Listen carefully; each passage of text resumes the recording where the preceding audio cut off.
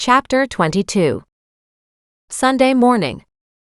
When she got up the next morning, Doreen couldn't resist pouring fresh coffee into a travel mug, and with all the animals in tow and the alarm set, she walked up the creek.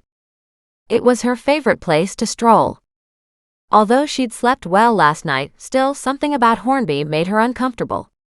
Also, she couldn't help but wonder who had shot him, and why. As she passed the turnoff to Penny's house, Doreen wondered if it was too early to call and to ask a question. Deciding there would never be a better time, she hopped across the creek on the rocks with Thaddeus on her shoulder. Muggs traipsed through the creek behind her, now dripping little dribbles of creek water. However, Goliath howled on the far side where he'd been left behind. He wasn't into getting his paws wet at all. She walked back over and scooped him up against her chest.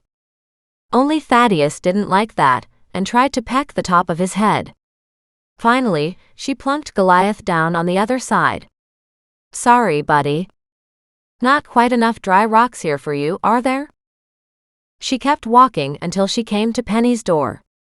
She knocked several times. No answer. Frowning, she wondered if Penny was still asleep. How rude Doreen was, knocking early enough to wake up Penny. Doreen waited a little longer, then stepped out of the yard. One of the neighbors came out of his house, looked at her, and said, "Penny isn't here." She turned to face him. "Really?" He nodded. "She left last night with a suitcase in her hand." "Oh," she said. "I'm sorry to hear that." She wasn't sure what to do about it. "Any idea how long she'll be gone?" The neighbor shook his head. "Not a clue."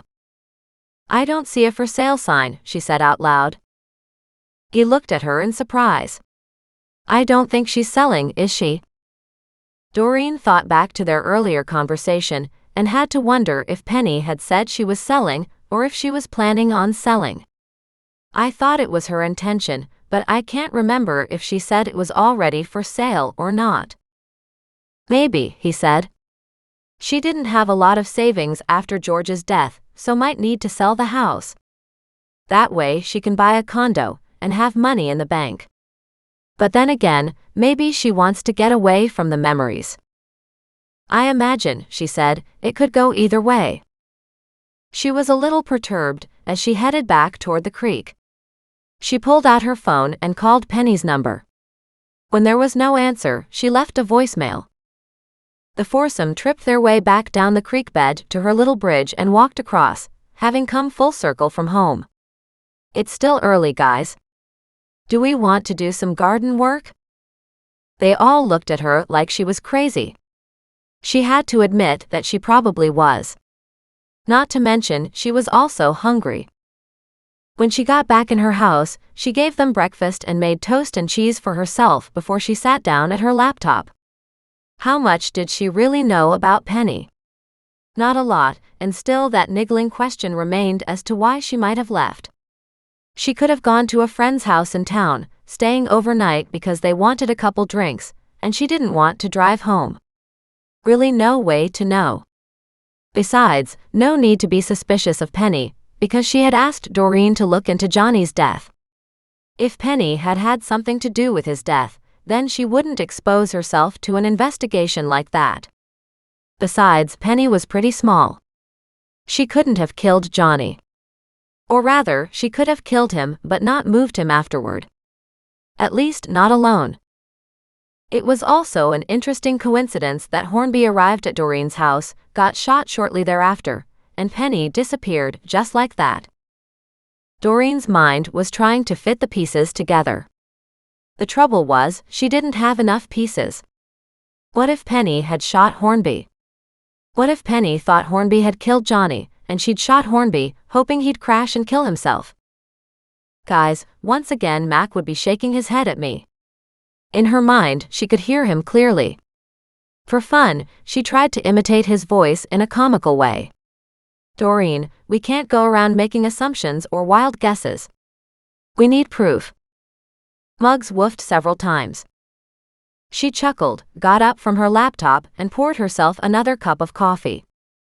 She sat back down and researched Hornby and then Penny. She was younger than her husband, younger than Hornby too. Penny might have been closer in age to Susan or that other girl in Johnny's group. Yet Penny said she didn't know about any girl but Susan. As Doreen's searches failed to give her any leads, one question she had been trying to answer resurfaced once more. Who was that second girl in Johnny's group? She called Nan. Would you mind asking your friend Richie who his great-niece's girlfriend was during the time of Johnny's disappearance? She said. I understand the three guys hung out with Susan, but I thought another girl did too. Good morning to you, Nan said in a delighted twitter. I'll call you back in a few minutes. And, like Nan was prone to do, which was great, she hung up without needing any further explanation. Doreen sipped her coffee and continued to research Penny, but found nothing out of the ordinary. Penny and George had been married for a long time. And outside of some volunteer work she was involved in at a church's Christmas bazaar or some fundraiser, Penny's name didn't show up very often. Doreen thought about who else she could contact from back then, but there wasn't anyone. She sent Mac a text and asked if there was any reason for Penny to have up and left. When the phone rang, she assumed it was Mac. But instead it was Nan. Her name was Julie, she said. But we're not sure what her last name was. Her parents lived across from the Hornbys in the same cul-de-sac.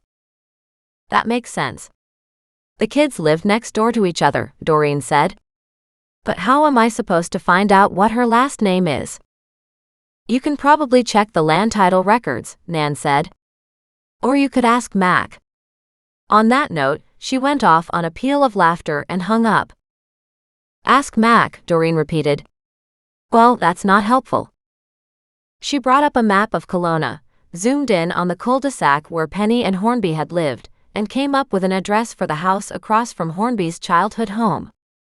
Because they were both on the corner of the cul-de-sac, it was pretty easy to tell which house it was. At least she hoped. Just then, Goliath laid across her keyboard. She groaned and dragged him off to cuddle him. Finally, she picked up her cell phone. How would I find out who lived at this address 29 years ago? She typed into a text, adding the address, and fired it off to Mac. After she sent it, she wondered if he would get fed up with her questions. She went to the internet and typed in that address to see who was on the current registry. But it wasn't online. That database was unavailable. She thought it should be available. Now, if anybody wanted to check all of Doreen's private information, she might have something different to say. But it was frustrating to be close to answers, but not able to get the real ones. Whoever this Julie was, she was important to the case. If for no other reason that she might be the last one of the girls alive, or the last one alive, period. With Hornby shot and in hospital, as much as Doreen didn't like the man, she didn't want to hear he had died from his wounds. This Julie person was the only other one with possibly any answers as to what had happened so long ago. If Julie was even still alive. Mac's answer came back. Willoughby. She grinned and typed in the name Julie Willoughby on her search window. And up popped all kinds of articles. Poor Julie had had a rough life. She was arrested in one article, apparently for breaking and entering when she turned 18. A group of kids had had a wild party, drank too much, and then somehow thought it was a good idea to break into one of the neighbors' homes. But no mention was made of the other kids in the group. A few other articles mentioned Julie, but they didn't yield anything new. And in the last few years, nothing was said about her. Doreen sighed, then wondered if the Willoughbys were still living here. She sent Mac a question. Is the same family still living there? She had to wait for more answers. Goliath slid to the floor, bored. She got up and checked the fridge because by now she was starving again. She pulled out some cheese and crackers, knowing they would have pasta for dinner again. She figured she'd survive on this quite nicely. He sent back a simple text. Yes. She crowed. Okay guys. Road trip again. She finished her cheese and crackers and grabbed Muggs's leash. Goliath joined them at the door. Thaddeus wanted a ride. She led the way out the backyard again and up the creek to the cul-de-sac. Penny's house was still dark. Hornby's house was dark also, but the house across from it, the Willoughby's house, had lights on. Doreen walked up to the front door, Thaddeus on her shoulder, Goliath strolling behind her at his pace, and Muggs sat at her heels. When the door opened, a woman answered. Doreen looked at her and smiled. Don't suppose you're Julie Willoughby, are you? The woman looked at her in surprise. Yes, I am. Who are you? I'm Doreen. Nan is my grandmother, she said by way of explanation. It seemed to her all the townsfolk knew who Nan was. Julie's face brightened. How is Nan? She asked affectionately. She's doing just fine, she said. I have a few questions if you've got a moment. The woman opened the door. Sure, come on in. Doreen hesitated at the doorway. What about my animals? Julie's gaze widened as she took in Thaddeus. Then she saw the cat and the dog, and she laughed. Now I know who you are, she said. You're the bone lady. She waved all the animals inside. Come on in. I was just sitting down to a muffin. Would you like one? Yes, I would, Doreen said. Thank you. Seated at the kitchen table, she said, I wanted to ask you a few questions about Johnny's death. The woman looked at her in surprise. Johnny? Johnny, Doreen said. Johnny Jordan. Your neighbor's younger brother. Julie sat back, as if the shock was more than she expected. Oh, that's definitely not a period of my life I talk about very much. Understood, Doreen said. Do you know Penny very well? Julie nodded. Well, not only are we neighbors, but Johnny and I used to be good friends. Of course. Penny asked me to look into Johnny's disappearance. I came over here this morning to ask her a few questions again, but she's not home. I just saw her yesterday morning, Julie said. One of your neighbors said she took a suitcase and left last night, Doreen said. I presume she's gone on an overnight trip somewhere. Julie stared out the window at the house across the street. I always wondered what went on in that house. George and Penny seemed to be so happy that it was almost sickening, but that was to hide the truth. What truth? Doreen asked in confusion. Nobody is that happily married. I used to ask Johnny about it. He'd laugh and say that's who they were. A sickening, sweet, happy, loving couple? Doreen asked. That had been her impression from what Penny had said. No. A fighting, backstabbing, very unhappily married couple, Julie corrected. One of the reasons I spent as much time as I did with Johnny was so he could get away from the place. That took Doreen a moment to digest. She didn't want to think Penny's marriage had been so bad that Johnny had just wanted to get away from it all. You have no idea where he disappeared to? Doreen asked slowly, tilting her head to study the woman across from her. She was older than Doreen, younger than Nan, caught somewhere in a time loop. Her hair was in a bun at the back, but it oddly suited her. Are you an artist? The woman laughed and nodded. I am. How did I give myself away? You have a very creative look to you, Doreen said with a smile. I don't suppose you have any paintings of Johnny from back then, do you?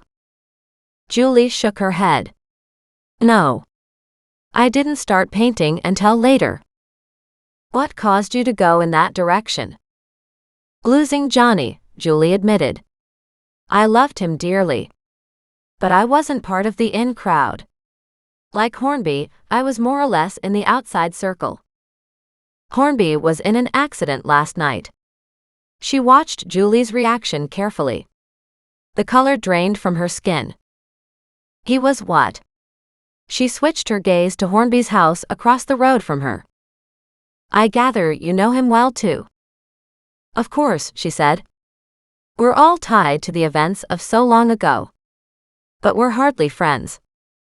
And you have no idea what happened to Johnny? Julie shook her head. No, of course not. If I had any idea, I'd have spoken up. For a long time I wondered if it was Hornby. You mean that Hornby might have killed him? Well, no doubt Johnny is dead, she said, because I know for a fact that he would have contacted me. Why is that? Doreen asked. Because he loved me, she said simply.